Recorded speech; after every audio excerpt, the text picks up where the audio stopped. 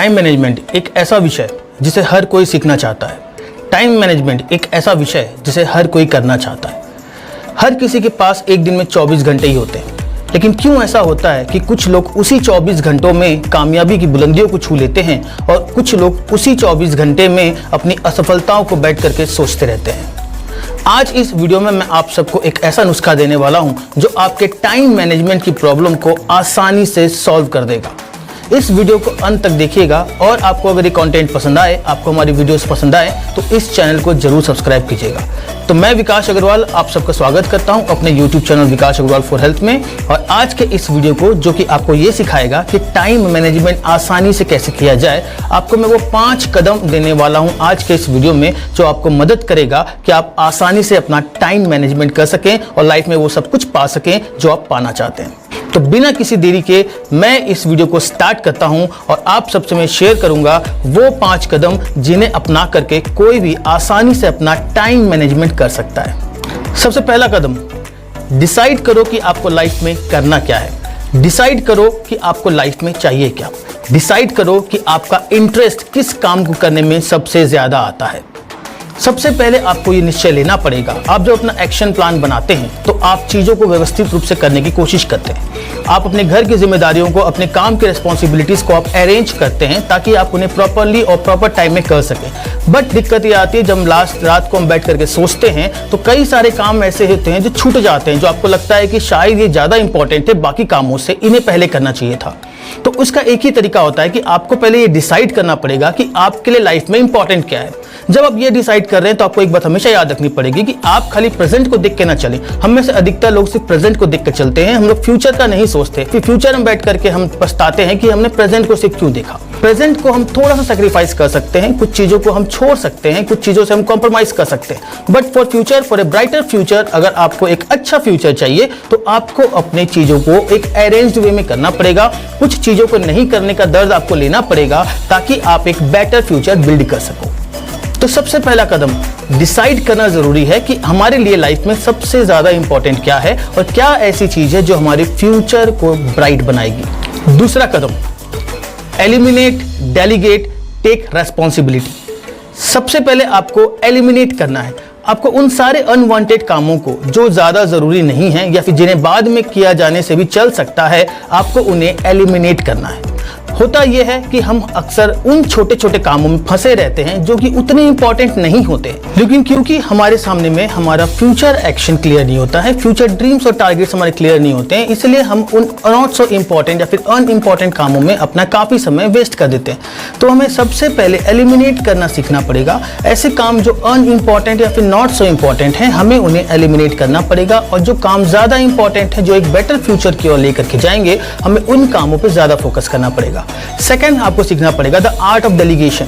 The art of delegation means आपको responsibility divide करनी आनी चाहिए, आपको लोगों को मैनेज करना आना चाहिए, आपको लोगों को वर्क देना आना चाहिए।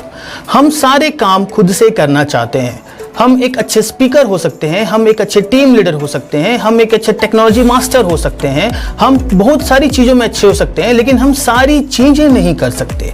हम सारी चीज़ों को करने के लिए अगर दौड़ेंगे तो हम एक दिन में बहुत कम काम कर पाएंगे और शायद एक प्रॉपर व्यवस्थित तरीके से हम नहीं कर पाएंगे। तो हमको आर्ट ऑफ डेलीगेशन सीखना पड़ेगा। जितने भी रिच एंड सक्सेसफुल लोग हैं इस वर्ल्ड में, उन्होंने आर्ट ऑफ डेलीगेशन को अपनाया है। उन्होंने हमेशा अपने काम को, अपने रिस्पॉन्सिबिलिटीज को लोगों के ऊपर देना सीखा है। इट मीन्स कि हर फील्ड का काम खुद ना करके उस फील्ड के एक्सपर्ट को वो काम दिया जाए। हाँ, जब आप ये काम डेलीगेट करने का काम आप करेंगे तो अगर आप किसी कंपनी के बॉस हैं या फिर आप कोई कंपनी चला रहे हैं तो आपके खर्चे बढ़ेंगे, बट आप मेरा यकीन मानिए आपकी कंपनी तभी बड़ी होगी जब आप डेलीगेशन सीख जाएंगे। अगर आप नेटवर्क मार्केटिंग में हैं तो आप हर जगह प्लान शो करने, हर जगह रिटेलिंग करने, हर जगह टीम मैनेज करने आप नहीं जा सकते। आपको अगर बड़ी टीम बनानी है, छोटी टीम में तो आप कर सकते हैं, बड़ी टीम अगर बनानी है तो आपको अपनी टीम में लीडर्स खड़े करने पड़ेंगे। आपको आर्ट ऑफ डेलीगेशन सीखना पड़ेगा। एक एरिया का पर्टिकुलर एरिया का काम आप इसी एक लीडर को खड़ा करके उसको दीजिए। एक प्लान शो का जो अच्छा प्लान शो करता है उसको खड़ा कीजिए, उसको दीजिए। जो रिटेलिंग अच्छा करता है उसे उस एरिया का रिटेलिंग दीजिए। 2 लोगों की रिस्पॉन्सिबिलिटी आप किसी और को दीजिए। आपको टेक्नोलॉजी की रिक्वायरमेंट पड़ती है, वो आप किसी और को डेलीगेट कीजिए। अगर जरूरत पड़ती है तो किसी प्रोफेशनल को हायर कीजिए। एक बार के लिए हो सकता है आपके खर्चे बढ़े, हो सकता है कि आपको थोड़ी प्रॉब्लम हो मैनेज करने में, लेकिन मेरा यकीन मानिए जिस दिन आप ये आर्ट ऑफ डेलीगेशन सीख जाएंगे, आपके पास में 24 घंटे नहीं होंगे, आपके पास में हजारों घंटे होंगे जो एक ही दिन में आपको काम आएंगे। थर्ड आपको करना है टेक योर रिस्पॉन्सिबिलिटी। अब जो आपके पास में इंपॉर्टेंट काम बचा, क्योंकि आपने एलिमिनेट कर दिया नॉट सो इंपॉर्टेंट और अनइंपॉर्टेंट कामों को, जो बाकी काम थे उनमें से बहुत सारे काम आपने डेलीगेट कर दिए, तो जो आखिरी आपके पास में बचा वही काम बचेंगे जो बहुत सारे इंपॉर्टेंट काम है जो आपने अपने लिए रखे। तो अब उन इंपॉर्टेंट कामों की रिस्पॉन्सिबिलिटी अपने ऊपर लीजिए। आपको उस इंपॉर्टेंट काम में अपना पूरा टाइम फोकस करना है। तो अब देखिएगा आपके सारे काम जो आपने उस दिन करने का सोचा था वो इजीली हो जाएंगे, बिकॉज अब आपने एलिमिनेट भी कर दिया और डेलीगेट भी कर दिया, और जो इंपॉर्टेंट काम था उसकी रिस्पॉन्सिबिलिटी आपने खुद ली कि ये तो मुझे ही करना पड़ेगा वरना मेरा फ्यूचर सफल नहीं हो पाएगा। तो उस काम को आप अपने ऊपर लीजिए, उसकी रिस्पॉन्सिबिलिटी लीजिए, पूरी रिस्पॉन्सिबिलिटी लीजिए। उस काम का सफल होना असफल होना सिर्फ और सिर्फ आपके करने पर निर्भर होना चाहिए, आपकी क्षमताओं पर निर्भर होना चाहिए। उसके जिम्मेदार सिर्फ और सिर्फ आप हैं। अगर वो सफल नहीं हो पाता है तो उसके जिम्मेदार आप हैं, अगर वो सफल हो जाता है तो उसके जिम्मेदार आप हैं। तो ये था हमारा सेकेंड स्टेप। आपको एलिमिनेट करना है, डेलीगेट करना है और रेस्पॉन्सिबिलिटी लेनी है जो इंपॉर्टेंट काम है। Third, maintain discipline in your life, B punctual. जो भी आप काम कर रहे हैं उसमें जिस वर्क रूटीन में, जिस टाइम रूटीन में आपने सोच के रखा है, उसी टाइम रूटीन में आपको उसे करना है। अगर आपने सोचा है कि सुबह 5 बजे उठना है और आप अपने अलार्म क्लॉक को सुबह 5 बजे का लगाते हैं, तो 5 बजे जब अलार्म बजे तो आपका हाथ स्नूज बटन पे या फिर अलार्म बंद करने वाले बटन पे या फिर अगले 5-10 मिनट के बाद शिफ्ट करने वाले बटन पे नहीं जाना चाहिए। आप 5 बजे अपनी आंखें खोल के जमीन पे खड़े हो जाएं, तभी आप 5 बजे का अलार्म लगाइए। अगर आपको लगता है कि आप 5 बजे का अलार्म लगा के 5:30 को उठते हैं, तो अलार्म 5:30 का लगाइए, क्योंकि ये जो टालने वाली आदत है, ये जो आगे बढ़ाने वाली आदत है, ये आपको टाइम को मिसयूज करना सिखाती है। आपको आदत पड़ जाती है कि आप अपना काम डिले करते आते हैं। हमको लगता है कि क्या फर्क पड़ता है कि 5-10 मिनट, अगर हमने 5 बजे का अलार्म लगाया था और 5-10, 5:15 को उठ गए तो क्या फर्क पड़ता है। ये 5-10 मिनट आगे जाकर के 50-60 घंटों में, 50-100 घंटों में, 5-6 दिनों में, 5-6 सालों में बदल जाता है, हमको मालूम नहीं पड़ता, और हम इसी तरह चीज़ों को टालते रहते हैं। तो हमें ये चीज सीखना पड़ेगा कि हमें डिसिप्लिन मेंटेन करना है। जो भी काम हम करें, डिसिप्लिन डजंट मीन कि हमें शांत रहना है या फिर हमें एक प्रॉपर ऑर्डर मेंटेन करना है। आपको हर जगह डिसिप्लिन मेंटेन करना है, ना सिर्फ वहां जहां पे साइन बोर्ड लगा हो कि maintain discipline, do not make noise. नहीं, डिसिप्लिन मीन्स एक डिसिप्लिन्ड लाइफ। जो काम जिस वक्त पे सोचा गया या फिर आपने जिस वक्त का निर्धारण जिस काम के लिए किया है, उस वक्त पे वो काम होना चाहिए। दुनिया इधर की उधर हो जाए, कितनी भी अर्जेंसी आ जाए, लेकिन वो काम उस वक्त पे होना चाहिए। अगला, नेवर अडॉप्ट टुमारो एटीट्यूड। कल करने वाला एटीट्यूड कभी भी ना अपनाएं। हम अक्सर अपने कामों को टालते रहते हैं, हम अक्सर अपने कामों को कल पर टालते रहते हैं। हमें वो काम नहीं करना है। अगर कोई काम हमने आज करने का सोचा है तो वो आज के आज होना चाहिए, और ना सिर्फ आज होना चाहिए बल्कि उसी वक्त पे होना चाहिए जिस वक्त पे हमने सोचा है। हम सब ने वो दोहा सुना है, काल करे सो आज कर, आज करे सो अब, पल में प्रलय होएगी बहुरी करेगा कब। इट मीन्स जो कल करने वाले काम हैं उन्हें हमें आज करना है, जो आज करने वाले काम है हमें उन्हें अभी करना है। ये बहुत सोच समझ के दोहा दिया गया था, जो आज भी उतना ही एप्लीकेबल है जो उतना उस टाइम में था। हमें हमेशा अपने कामों को टालने से बचना चाहिए, बिकॉज ये जो टालने वाली आदत है यही हमें टाइम मैनेजमेंट की सबसे बड़ी कमियों की ओर लेके जाती है।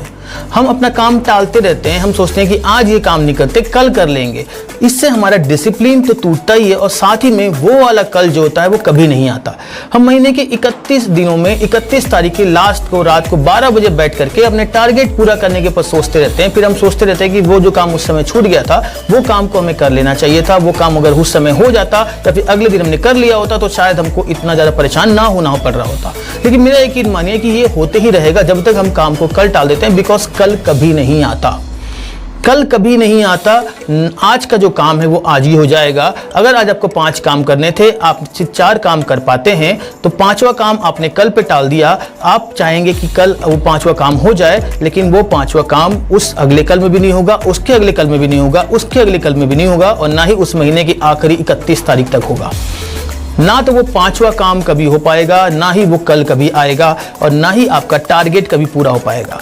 तो यदि आप अपने जीवन में वाकई में सीरियस कुछ करना चाहते हैं, आप सीरियस हैं अपने गोल को लेकर, अपने ड्रीम्स को लेकर के, तो आपको अपने कल पे टालने वाले एटीट्यूड को छोड़ना पड़ेगा। हमेशा आज का काम जो आपने डिसाइड किया है आज ही करें, जिस वक्त पे डिसाइड किया है उस वक्त पे करें, डिसिप्लिन मेंटेन करें। कल करने वाला काम कल पे ही छोड़ दें, बिकॉज कल जिंदगी में कभी नहीं आता। और 5वां स्टेप जो टाइम मैनेजमेंट का है वो है मल्टीटास्किंग। आपको मल्टीटास्किंग करना है। अब मैं जानता हूं इस बात पे बहुत सारी कॉन्स्पिरेसीज आएंगी, इस बात पे बहुत सारे अलग अलग मत आएंगे कि सर कोई बोलता है कि मल्टीटास्किंग नहीं करनी चाहिए, कोई बोलता है मल्टीटास्किंग करनी चाहिए, तो हम क्या करें? तो मैं आपको बोलता हूं मल्टीटास्किंग डेफिनेटली आपको करनी चाहिए, but in A smart way. अब वो स्मार्ट वे क्या होता है? स्मार्ट वे होता है जो हमने अपनी लाइफ में अडॉप्ट किया, जिसके कारण हम आज नेटवर्क मार्केटिंग में इतने ऊपर तक पहुंचे।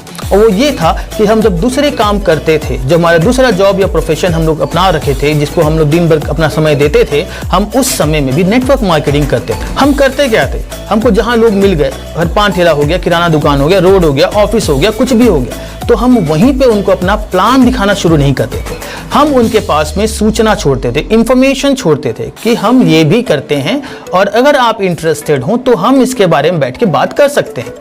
हम उनसे अपॉइंटमेंट लेते थे कि जिस टाइम में वो फ्री होंगे और हमसे आराम से बात कर सकेंगे, एक ऐसा कन्वीनियंट टाइम जिसमें वो भी बैठ सकें और हम भी बैठ सकें। हम वो काम करते थे, हम उनसे अपॉइंटमेंट लेते थे। ये मल्टीटास्किंग करने का स्मार्ट वे है।